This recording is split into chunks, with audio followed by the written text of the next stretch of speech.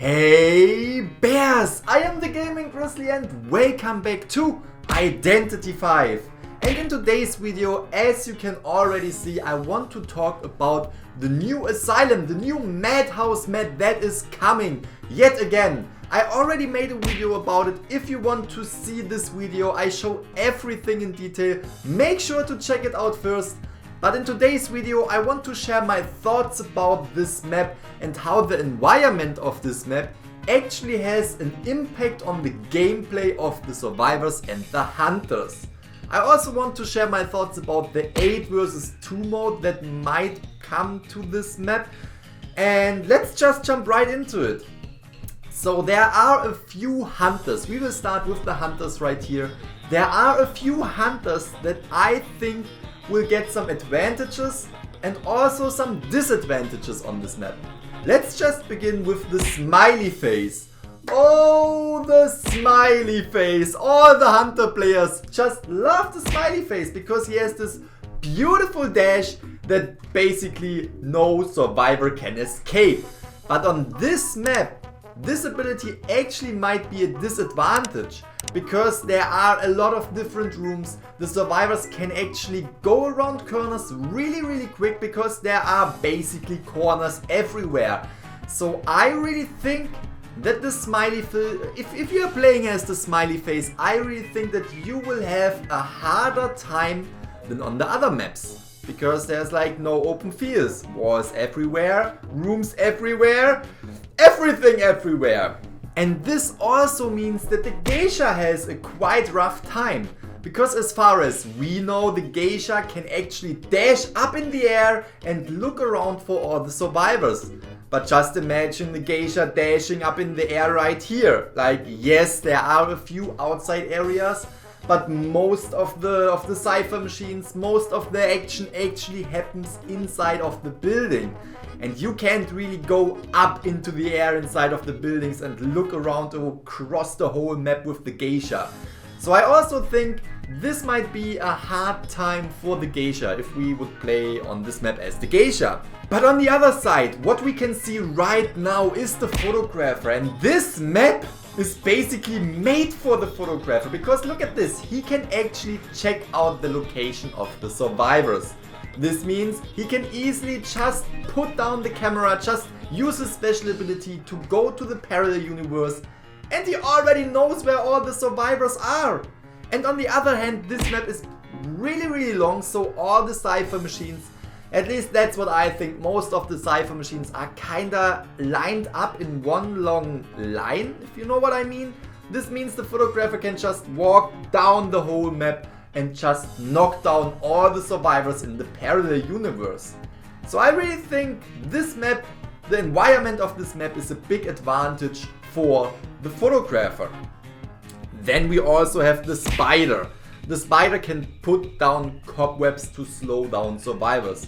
And since there are so many doors, so many windows to walls, so many corners, everything, the spider, the soul weaver, obviously can put down a lot of cobwebs, slowing down the survivors, getting the information of the survivors, where they are, the information of the location. So I also think that the spider might have a really good time playing on this map. And look at this, in the game he just checks out there is no shadow for the photographers. So we can see there's this huge shadow on the wall, but that's just, I don't know, the light is not really working because there was no shadow for the photographer even if he was standing at the wall. Never mind, let's continue. I also think that the two hunters, the gamekeeper and the mad eyes, will also have quite a rough time on this map. Because there are so many walls, so the gamekeeper might actually hit a wall or may hit something else than the survivor. So I think, yeah, the gamekeeper also might have quite a rough time.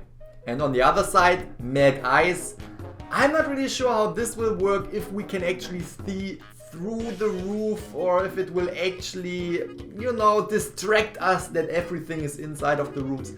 But since there are already so many walls and the rooms are kinda small, at least most of the rooms are kinda small, I don't really see how he can put down more walls. I mean, obviously in the bigger rooms he can always put down more walls, but Well, we have to see.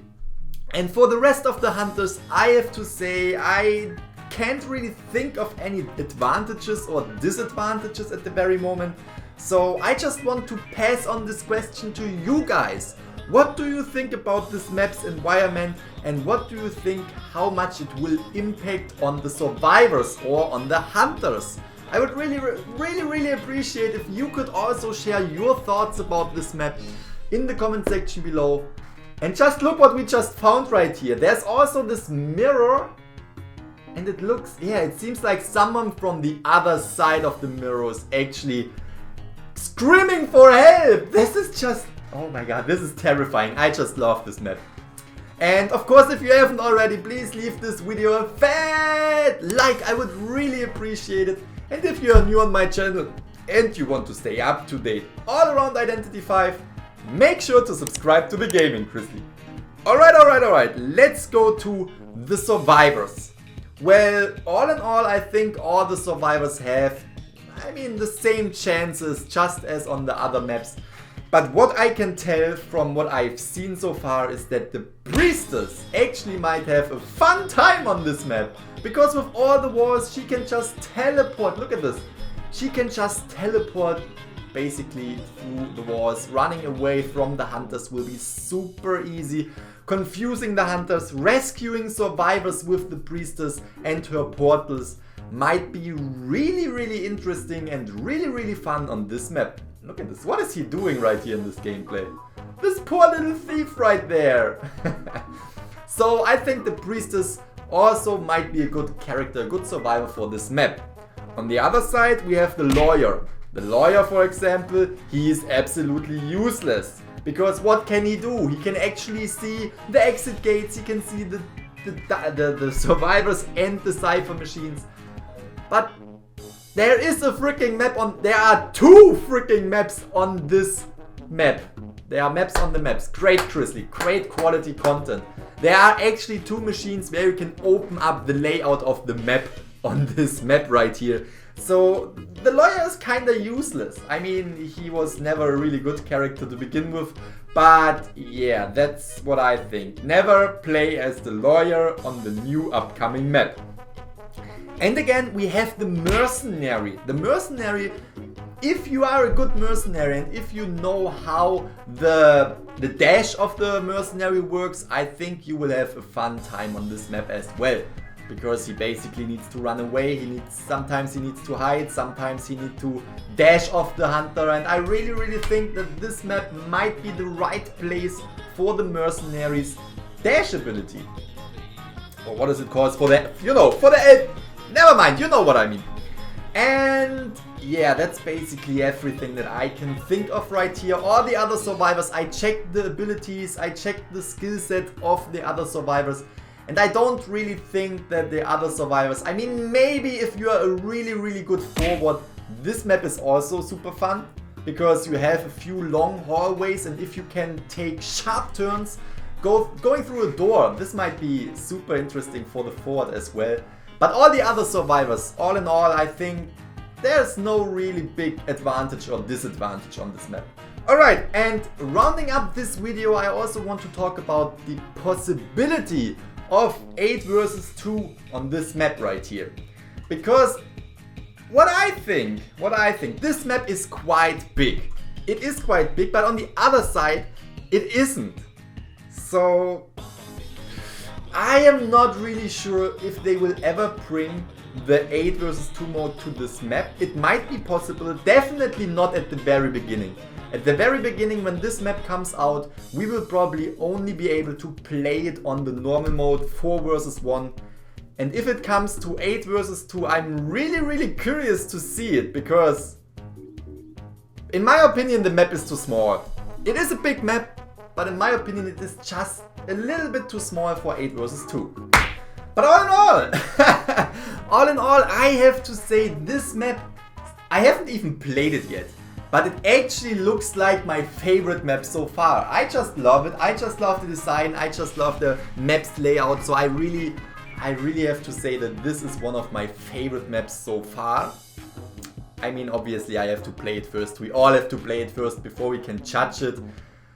But I'm excited. I'm really excited and I hope you are too. I will keep you guys updated as soon as I know a release date or any other leaks right here. I will keep you on this channel updated about Identity V. So make sure to leave me a fat like on this video and of course subscribe to the Gaming-Grizzly to get more content like this.